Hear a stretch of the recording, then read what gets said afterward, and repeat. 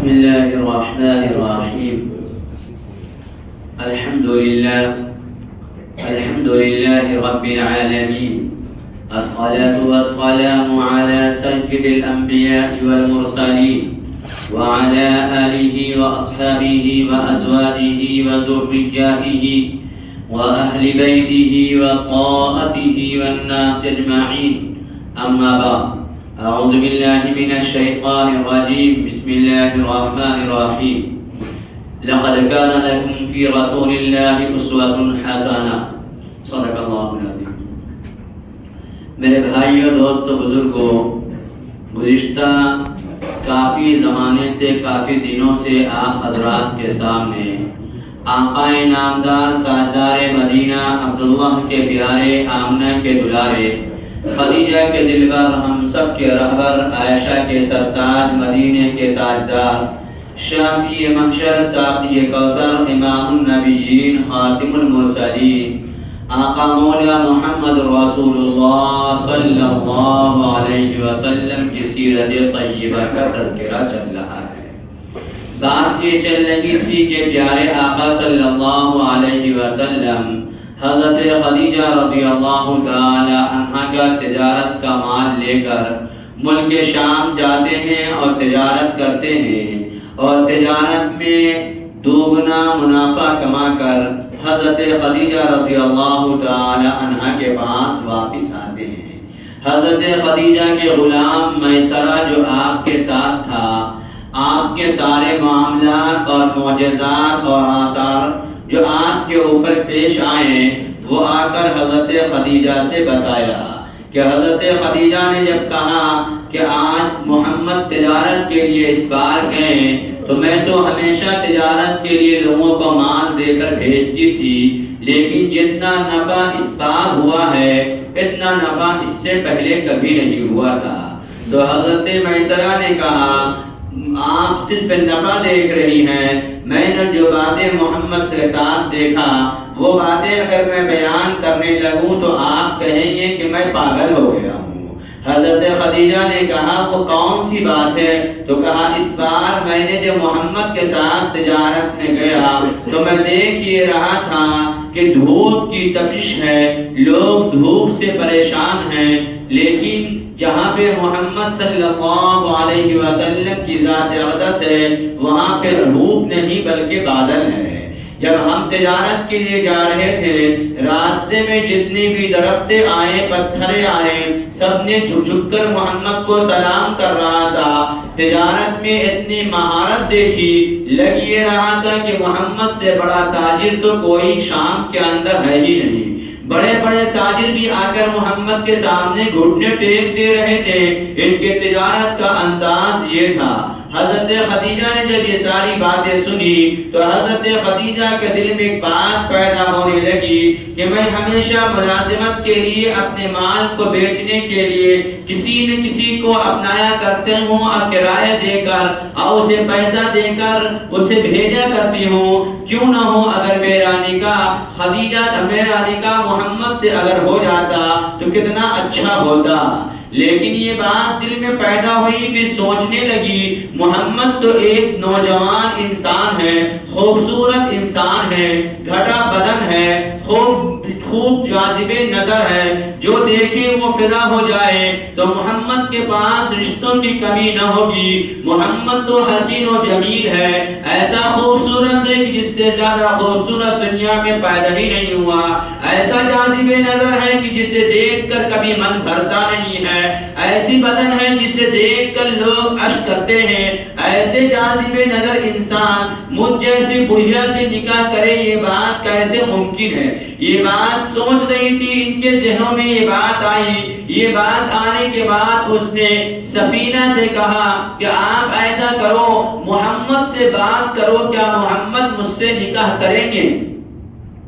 سفینہ ایک عورت تھی، وہ بڑھیا جاتی ہے محمد رسول اللہ صلی اللہ علیہ وسلم کے پاس اور جا کر کہا محمد بن عبداللہ، اب تمہاری عمر شادی کے لائق ہو گئی ہے، تم تجارت بھی کرنے لگے ہو، تمہاری مہارت تجارت میں بہت ہے، کیوں نہ ہو کہ تم نکاح کر لو۔ محمد بن عبداللہ محمد رسول اللہ صلی اللہ علیہ وسلم نے کہا میں نکاح تو کر لوں لیکن کوئی مناسب سا رشتہ اگر میرے پاس آئے تو میں اس سے نکاح کر لوں۔ تو حضرت سفینہ نے کہا کہ آپ جانتے ہیں خدیجہ کو کتنی پاک باز عورت ہے، کتنی نیک سیرت عورت ہے، ان کے پاس رشتے کے پیغام ایک دو نہیں، ہر دن کوئی نہ کوئی قریش بھیجا کرتے ہیں، لیکن خدیجہ اپنی پاک دامنی کی وجہ سے وہ کسی کا نکاح کے لیے رشتے کا پیغام قبول نہیں کرتی ہے۔ ایک وجہ تو یہ ہے، دوسری بات یہ ہے کہ اسے زخم بھی لگا ہوا ہے کہ اس سے پہلے اس کی شادی عتیق سے ہوئی، عتیق کا انتقال ہو گیا، ان کے انتقال کے بعد اس نے حالہ سے شادی کیا، حالہ کا بھی انتقال ہو گیا، دو شوہر انتقال کر گئے، اب اس کا دل اس سے بھی رنجیدہ ہے، اس لیے وہ کسی کے پیغام قبول نہیں کرتے۔ لیکن تمہیں پتا ہے خدیجہ پاک دامن انسان ہے، پاک باز انسان ہے، عزت دار انسان ہے، اور لوگ اس کی عزت کے اتنے مالدار ہونے کے باوجود خدیجہ کبھی کسی برائی کی طرف نہیں جایا کرتی ہے، اتنے مال ہونے کے باوجود خدیجہ سادگی کی زندگی گزارتی ہے۔ محمد رسول اللہ نے جب یہ ساری باتیں سنی تو کہا آپ مجھ سے خدیجہ کا رشتہ کے بارے میں کہہ رہی کہ ہم خدیجہ سے نکاح کر لیں، ذرا خدیجہ کے مالداری کو تم دیکھو اور ہماری حالت کو دیکھو کہ میں ایک یتیم ہوں اور میں خدیجہ کے ملازم رہ چکا ہوں، اس کے کام کرتا ہوں، وہ بھلا مجھ سے نکاح کرے، یہ بات کیسے ممکن ہے؟ سفینہ نے کہا اگر آپ تیار ہو جاؤ تو خدیجہ کو تیار کرنا تو ہمارا چٹکی کا کھیل میں تیار کر لوں گا۔ یہ بات نہیں کہی کہ خدیجہ نے آپ کے پاس بھیجا ہے مجھے، بلکہ یہ کہی اگر آپ تیار ہو جاؤ تو میں خدیجہ کو فوراً تیار کر لوں گی، کوئی مسئلہ نہیں ہے۔ پیارے آقا نے کہا کہ ٹھیک ہے، میرے چچا ابو طالب سے بھی بات کر لو، اگر وہ بھی تیار ہیں تو خدیجہ سے بات کر لینا۔ ابو طالب سے بات کی گئی تو ابو طالب نے کہا محمد کیا کہتے ہیں؟ کہ محمد تو تیار ہے، کہ محمد تیار ہے تو مجھے کوئی بات نہیں ہے، جاؤ خدیجہ سے بات کرو۔ حضرت خدیجہ تو انتظار کر ہی رہی تھی کہ ہمارا نکاح ہو جاتا حضرت محمد رسول اللہ سے،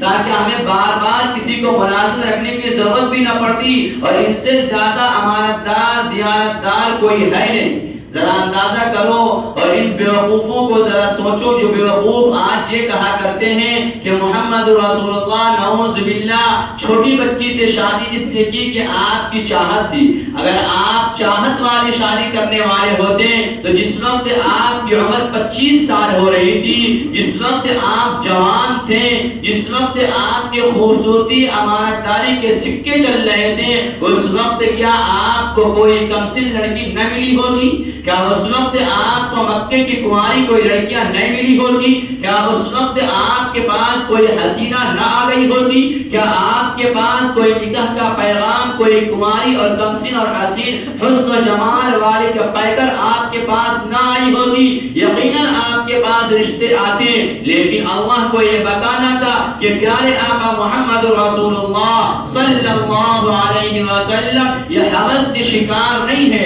یہ نفس پرست نہیں ہے، ان کو تو سنت زندہ اس لیے کرنا ہے کہ قیامت تک کے آنے والے لوگوں کے لیے رہنما بننے والے ہیں، نکاح کا طریقہ بھی لوگوں کو معلوم ہو جائے، شادی کے بعد کی زندگی کا بھی معلوم ہو جائے۔ حضرت خدیجہ رضی اللہ تعالی عنہا سے پیارے آقا صلی اللہ علیہ وسلم کا نکاح ہو جاتا ہے۔ پیارے آقا صلی اللہ علیہ وسلم اور آپ کے چچا حمزہ اور ابو طالب اور چند دوست پیارے آقا کے ساتھ جاتے ہیں، اور پھر حضرت خدیجہ بن خولہ کے یہاں آپ کا نکاح ہو جاتا۔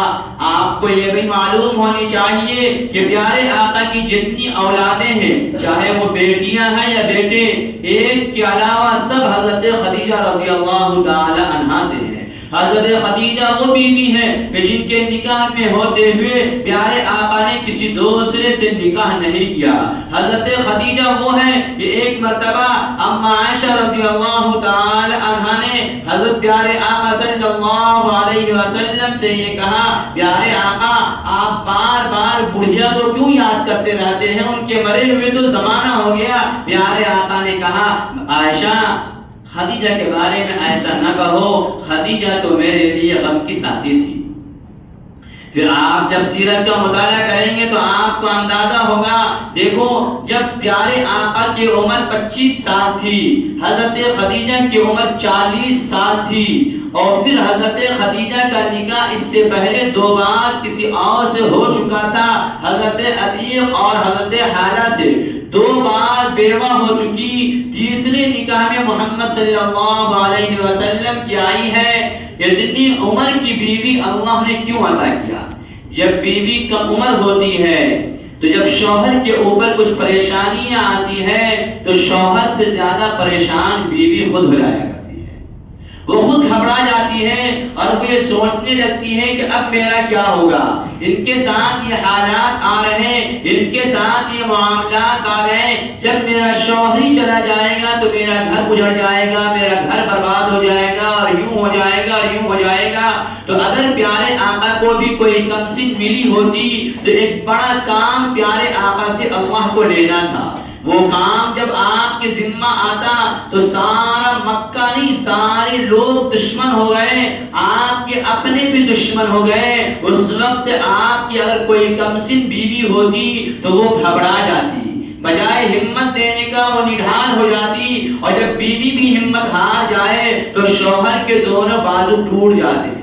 ایک تو ان کے اپنے حالات، دوسرا بیوی کے بھی اپنے حالات کو دیکھ کر کہ اب یہ بھی ہمت ہار رہی اور بجائے ہمت دلانے کی وہ باتیں کر رہی ہے جس سے ہماری ہمت اور ٹوٹ رہی. تو وہ انسان پھر آگے نہیں بڑھ سکتا بلکہ وہ وہیں رک جاتا ہے، اس کی ہمتیں ختم ہو جایا کرتی ہے، اس کا پرواز لمبا نہیں ہو پاتا. تو اللہ نے وہ بیوی عطا کیا کہ جب آپ کو نبوت ملی اور آپ جب گھبرائے ہوئے گھر آئے تو حضرت عائشہ حضرت خدیجہ گھبرائی نہیں بلکہ کیا کہی، آپ پریشان نہ ہو، اللہ آپ کو ضائع نہیں کرے گا. آپ پریشان نہ ہو، اللہ آپ کو ختم نہیں کرے گا. کیوں؟ اس لیے کہ آپ تو غریبوں کی مدد کرتے ہیں، آپ یتیموں کے ساتھ نرم دلی کا معاملہ کرتے ہیں، آپ بیواؤں کے سہارا بنتے ہیں، آپ مخلوق الحال کے حالات پہ توجہ دیتے ہیں. اس لیے اللہ آپ کو ضائع نہیں کرے گا. آپ اطمینان رکھیں، اللہ آپ کو کوئی اچھا اور اعلیٰ مقام عطا کرنے والا ہے. آپ کے ساتھ وہ رونے نہیں بیٹھ گئی، آپ کے ساتھ وہ ہمت نہیں ہاری، آپ کو یہ نہیں کہا کہ اے محمد آپ اگر مر گئے تو ہمارا کیا ہوگا، آپ چلے گئے تو ہمارا کیا ہوگا. نہیں، اگر کوئی کمسن ہوتی، کوئی کماری ہوتی تو شاید وہ آپ کے ساتھ شانہ بشانہ کھڑے ہو کر آپ کو ہمت نہ دلا سکتی. اس لیے اللہ نے اس تجربہ کار کو دیا کہ جس کا دل پہلے ہی زخم کھا کر مضبوط ہو چکی ہے. دنیا کے اندر بھی آپ دیکھتے ہیں جب کوئی نیا نیا ٹھوکر لگتا ہے، کوئی نیا نیا ٹھیس پہنچتا ہے، کوئی پہلی بار کاروبار میں دھچکا لگتا ہے تو ہمت ہارنے لگتا، لیکن جب دوبارہ ہوتا تیبارہ ہوتا تو اس کی عادت سی بن جاتی ہے، پھر وہ برداشت کرنے کی صلاحیت اس کے اندر پیدا ہو جاتی ہے. ٹھیک اسی طریقے سے حضرت خدیجہ کو پہلا زخم لگا حضرت عتیق کا، دوسرا زخم لگا حضرت حالہ کا. تنہائی کی زندگی گزار چکی تھی، زخموں پہ زخمیں کھا چکی تھی، برداشت کی صلاحیت اپنے اندر پیدا کر چکی تھی، ان کے اندر ہمت و استقلال کی صلاحیت آ چکے تھے. تو انہوں نے پیارے آقا کی ہمت افزائی کرتے ہوئے کہا آپ ہمت نہ ہاریں، آپ بالکل مضبوط رہیں، اللہ آپ کو ضائع نہیں کرے گا، اللہ آپ کو برباد نہیں کرے گا. اور ہوا یہی، جب سارا مکہ آپ کا دشمن ہو گیا تو اس وقت حضرت خدیجہ آپ کے سامنے تھے. پیارے آقا کو آپ نے ہمت دلایا، کمبل اڑا کر سلا دیا اور آپ رکے نہیں، پریشان نہ ہوئے بلکہ سیدھا اٹھے اور حضرت ورقہ ابن نوفل کے پاس چلی جاتی ہیں اور جا کر کہتی ہیں آج میرے سرتاج آئے ہیں، بڑے پریشان اور گھبرائے ہوئے آئے ہیں، پسینے سے شرابور آئے ہیں، تھرتھراتے اور کانپتے ہوئے آئے ہیں اور مجھ سے یہ کہہ رہے ہیں ایک ایسا انسان میرے پاس، ایسا آدمی آیا تھا جس نے میرے ساتھ یہ معاملات، انشاءاللہ پھر وہ باتیں آئے گی بعد میں، وہ سارے واقعات بیان کیا. تو ورقہ ابن نوفل نے کہا کہ خوشخبری ہو، وہ کوئی اور نہیں آیا تھا، وہ تو آنے والے والے جبرائیل تھے اور تیرے سرتاج محمد کو نبی بنا دیا گیا۔ حضرت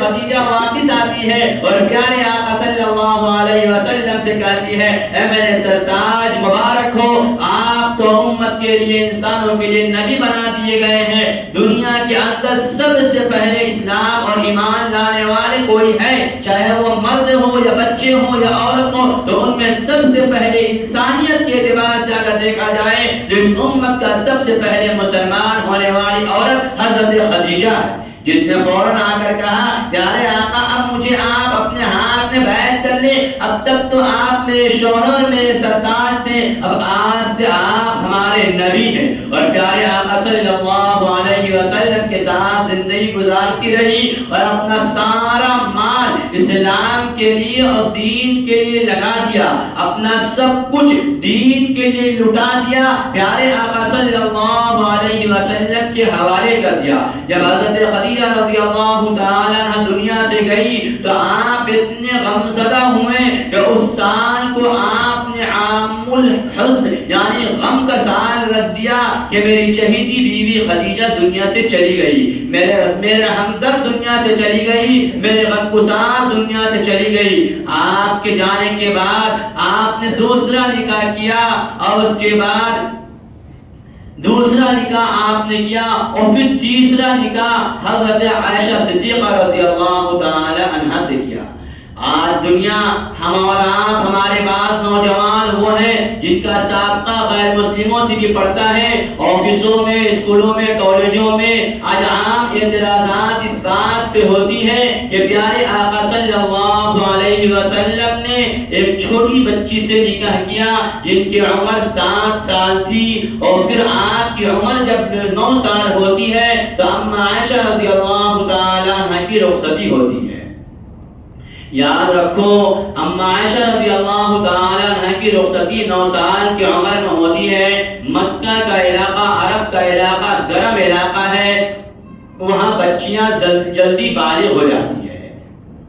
اور پھر پیارے آقا صلی اللہ علیہ وسلم سے پہلے بھی بہت سارے لوگوں کے نکاح 9 سال کی عمر میں شادیاں عرب کے اندر ہوئی ہے، اور پیارے آقا صلی اللہ علیہ وسلم کا نکاح بھی اما عائشہ رضی اللہ تعالی عنہا سے 7 سال کی عمر میں ہوئی اور رخصتی 9 سال میں ہوئی۔ عرب کا علاقہ گرم علاقہ ہے۔ حضرت عائشہ یعنی حضرت عائشہ کا یوں کہہ لیجئے کہ عرب کے لوگ 9 سال کی عمر میں بچیاں بالغ ہو جاتی ہیں، جب ہمارا ملک ہندوستان کے اندر بچیاں اب 8 اور 9 سال میں بالغ ہو جا رہی ہے تو پھر عرب کے اس گرم ریتیلی علاقے میں کیوں نہ ہو؟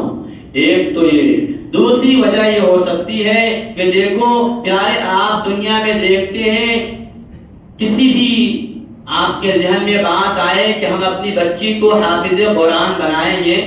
تو آپ کس کو بنانا چاہتے ہیں؟ جو بچی آپ کی چھوٹی عمر کی ہو۔ آپ اس بچی کو چنتے ہیں یعنی اس کا حافظہ قوی ہے، اس لیے کہ ابھی چھوٹی بچی ہے، اس کا ذہانت تیز ہے، اس کو ہم حافظ قرآن بنائیں۔ آپ سے کوئی کہے کہ آپ کی وہ بچی جس کی شادی ہو گئی ہے، جو ناتی پودے والی ہو گئی ہے، اس کو حافظ قرآن بنا دو، تو آپ کہیں گے نہیں اس کا ذہن تھوڑا کمزور ہو گیا ہوگا، عمر ہو گیا۔ حالانکہ قرآن کا معجزہ ہے 100 سال کی عمر میں بھی لوگ حافظ بن جاتے ہیں، لیکن عام طور پہ ذہانت کی جو بات ہوتی ہے وہ بچپن میں ہوتی ہے۔ تو اما عائشہ رضی اللہ تعالی عنہا جس وقت پیارے آقا کے نکاح میں آ رہی ہے تو نہایت ہی ذہین ہے۔ جب اسلام کو محمد رسول اللہ کو ایک سہارا دینے والی عورت کی ضرورت تھی تو اللہ نے عمر دراز عورت عطا فرمایا تاکہ میرے محمد کے لیے سہارے کے ذریعہ بنے، اور جب دین کی حفاظت کی ضرورت ہوئی تو اللہ نے کم عمر کو عطا کیا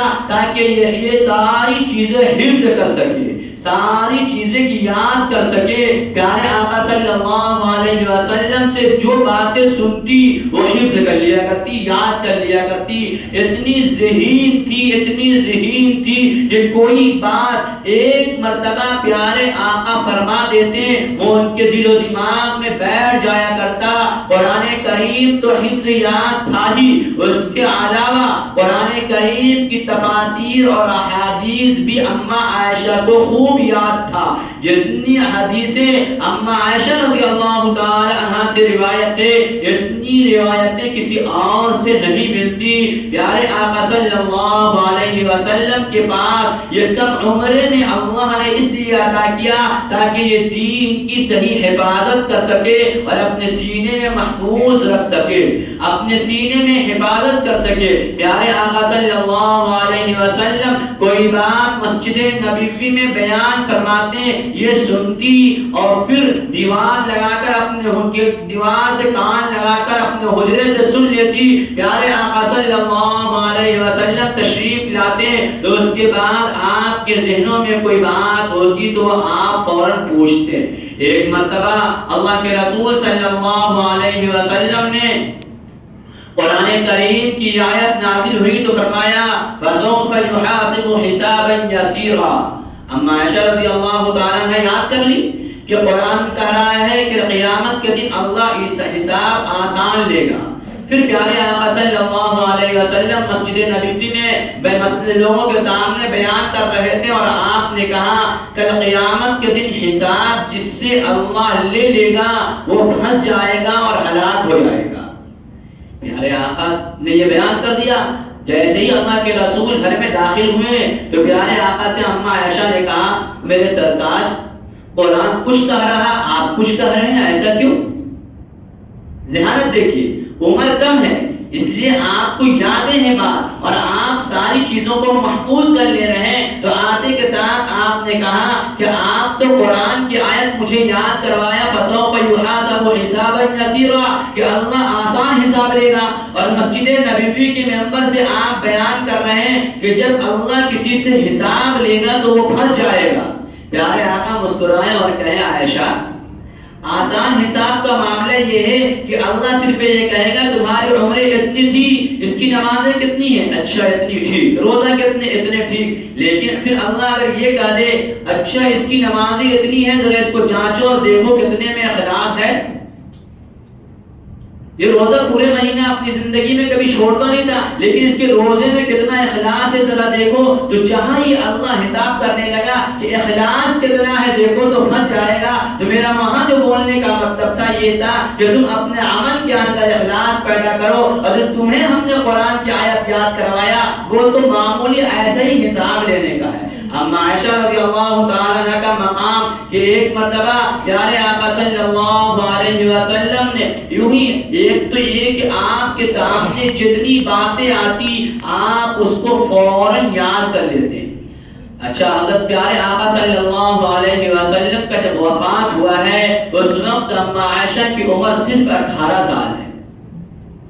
اور آپ کی ذہانت کی احادیثیں روایتیں حضرت موسیٰ اشعری رضی اللہ تعالیٰ عنہ فرماتے ہیں کہ پیارے آقا صلی اللہ علیہ وسلم کے پردہ کر جانے کے بعد دنیا سے چلے جانے کے بعد ہم کسی مسئلے میں اگر اٹکتے اور پھنستے تو ہم سیدھے اما عائشہ کے حجرے میں جاتے پھر اما عائشہ کے پاس جاتے اور پوچھتے کہ اللہ کے رسول کا معاملہ اس بارے میں کیا تھا. اب آپ کے ذہن میں وہ بدتمیز اور خبیث لوگ جو اپنے نفس پرست انسان ہیں تو وہ یہی بات پیارے آقا کے بارے میں تصور کرتے ہیں شاید آپ سے یہ کہے کہ یہ بات بتلانے کے لیے نکاح کی کیا ضرورت تھی. تو دیکھو اگر پیارے آقا کی زندگی جو ہے وہ آپ کی تنہائی کی زندگی بھی امت کے لیے سبق ہے اور عمل کرنے کے لیے. اگر پیارے آقا سے نکاح نہ ہوا ہوتا اور اما عائشہ اکیلے حجرے میں پیارے آقا کے ساتھ رات گزارتی کہ پیارے آقا کا رات کا عمل کیا ہے تو کیا مکہ کے دشمن چھوڑ دیتے؟ ان پہ الزام نہ لگاتے؟ جو بدتمیزی پہ اترے ہوئے تھے وہ اس طریقے کی باتیں نہیں کرتے جو اس لیے اللہ نے نکاح کروایا تاکہ آپ کی تنہائی کی بھی زندگی کو یاد یہ کر لے اور امت کے سامنے بتا سکے کہ امت پیارے آقا کی تنہائی کی زندگی کیا تھی. انسان کی زندگی میں آج ہمارے سامنے جو مستورات کے مسائل ہیں وہ کیسے ہیں؟ اگر پیارے آقا کے پاس اما عائشہ جیسی نکاح میں بچی نہ آئی ہوتی تو پھر یہ تنہائی کے مسائل جو بغیر کسی پردے کا کہ حیض کب آتا ہے، اس میں عورت سے ملنا چاہیے نہیں ملنا چاہیے، اس کے معاملات کیا ہیں، یہ کون بتاتا؟ اس عمر کی بچی آپ کے نکاح میں تھی، جن کے سامنے پیارے آقا نے کھل کر سارے مسائل بتا رہے ہیں تاکہ کوئی پردہ حائل نہ ہو، کوئی شرم نہ ہو، ہم اپنی بیوی سے کھل کر سارے مسائل بتائیں اور وہ یاد کر کے امت کو پورے مسائل بتائیں۔ بتاؤ اس کے لیے کم عمر کی ضرورت تھی یا نہیں تھی؟ اس لیے اللہ نے آپ کی زندگی میں کم عمر بیوی دی تاکہ وہ دین کی صحیح حفاظت کر سکے۔ اگر زیادہ عمر والی ہوتی تو جیسے حضرت خدیجہ چلی گئی ایسے ہی یہ بھی چلی جاتی پیارے آقا کے ساتھ، تو پھر قیامت تک آنے والے جو تابعین کی جماعت تیار ہوتی، ان پہ جب معاملات اٹکتے تو وہ کن کے پاس جاتے ہیں؟ اس لیے اللہ نے اتنی کم عمر بیوی عطا فرمائی کہ آپ کے انتقال کے بعد بھی 48 سال تک اما عائشہ دنیا میں رہی اور لوگ پیارے آقا کی احادیث ان سے یاد کرتے رہے، تفاسیر ان سے سمجھتے رہیں اور مسائل سمجھتے رہیں۔ اگر آپ اپنے جذبات اور خواہشات کی وجہ سے نکاح کرتے تو شروع میں حضرت خدیجہ سے نکاح نہ کرتے بلکہ مکہ کا کسی جوان سے کرتے، لیکن اللہ نے یہ بتایا کہ پیارے آقا کا نکاح اس لیے نہیں ہے کہ اپنے خواہشات کو پورا کرے، بلکہ پیارے آقا کا نکاح تو اس لیے ہے تاکہ شریعت کی حفاظت کرے۔ شروع میں شریعت کی حفاظت کے لیے مال کی ضرورت تھی اور آپ کے ہمدرد اور غمگسار کی ضرورت تھی، تو اللہ نے ایک بڑی عمر کی بیوی عطا فرمایا۔ بعد میں شریعت کی حفاظت کی ضرورت تھی اور دین دل کے اندر محفوظ کرنے کی ضرورت تھی، تو اللہ نے کم عمر کو دیا تاکہ اپنی ذہانت کی وجہ سے، اپنی حافظہ کی وجہ سے اسے یاد رکھے، ان کے ذہن میں محفوظ رہے اور پیارے آقا کے جانے کے بعد یہ صحیح طریقے سے شریعت کو پیش کر سکے اور شریعت کو لوگوں کے سامنے بتا سکے۔ آج ہمارے سامنے، ہمارے نوجوانوں کے سامنے بھی جب یہ بات آتی ہے کہ تمہارے نبی نے اتنی کم عمر بچی سے نکاح کی تو ہمارے نظریں جھک جاتی ہے اور تھوڑی دیر کے اندر ہمارے ایمان بھی تردد میں پڑ جاتا ہے اور ہم سوچنے لگتے ہیں ایسا کیوں ہوا؟ میرے نوجوانوں، اس بات کو ذہن میں بیٹھا لو کہ پیارے آقا نے اما عائشہ سے یا حضرت خدیجہ سے یا کسی سودا بنت زماں سے یا کسی سے بھی نکاح کیا تو اس کے پیچھے اسلام کی حفاظت اور دین کا تحفظ رہا ہے، ورنہ اگر آپ اپنی جذبات کی تسکین کے لیے نکاح کرتے تو آپ پہلا نکاح بیوہ سے نہیں کیے ہوتے، پہلا نکاح آپ مکہ کی کسی خوبصورت سے کرتے۔ کیوں؟ اس لیے کہ مکہ والے تو آپ کے چچا کے پاس آ کر یہ پیشکش کیا تھا اور کہا تھا محمد سے آپ کہیں کہ وہ دین کی دعوت دینا چھوڑ دیں، مکہ کی تمام لڑکیاں ان کے سامنے حاضر ہیں، جنہیں وہ پسند کر لیں گے ان سے ہم نکاح کروا دیں گے۔ لیکن پیارے آقا نے ٹھوکر مار دیا اور کہا نہیں نہیں، میں نکاح کرنے کے لیے اور اپنے خواہشات کی تکمیل کے لیے نہیں آیا ہوں، بلکہ میں تو اللہ کے پیغام کی تکمیل کے لیے آیا ہوں۔ تو حضرت خدیجہ سے نکاح اس وقت اس لیے کیا کہ آپ کو اور دین کو ضرورت تھی، اما عائشہ سے اس لیے کیا کہ قیامت تک کے لیے دین کو سینے میں حفاظت کروانے کی ضرورت تھی، اس لیے اللہ نے اما عائشہ کو دیا تاکہ صاف ستھرا اما عائشہ رضی اللہ تعالیٰ عنہ وہ ہے جن کی آنکھیں کھلی ہے تو اسلام کے ماحول میں، جن کی تربیت ہوئی ہے تو اسلام کے ماحول میں، جن کا پروان چڑھا ہے تو اسلام کے ماحول میں، گویا کہ آپ پرورش اسلام کے ماحول میں پائے ہیں اور آپ کا دل و دماغ سفید کاغذ کی طرح تھا، اس لیے آپ پیارے آقا کی صحبت میں آئے تو پھر ساری باتیں آپ کو یاد رکھنا محفوظ ہوا۔ باقی باتیں انشاءاللہ یہاں سے آئندہ ہفتہ آئے گا، آپ کے سامنے کچھ ضروری باتیں ہیں۔ وہ ضروری باتیں یہ ہیں کہ آج سوشل میڈیا کا زمانہ ہے،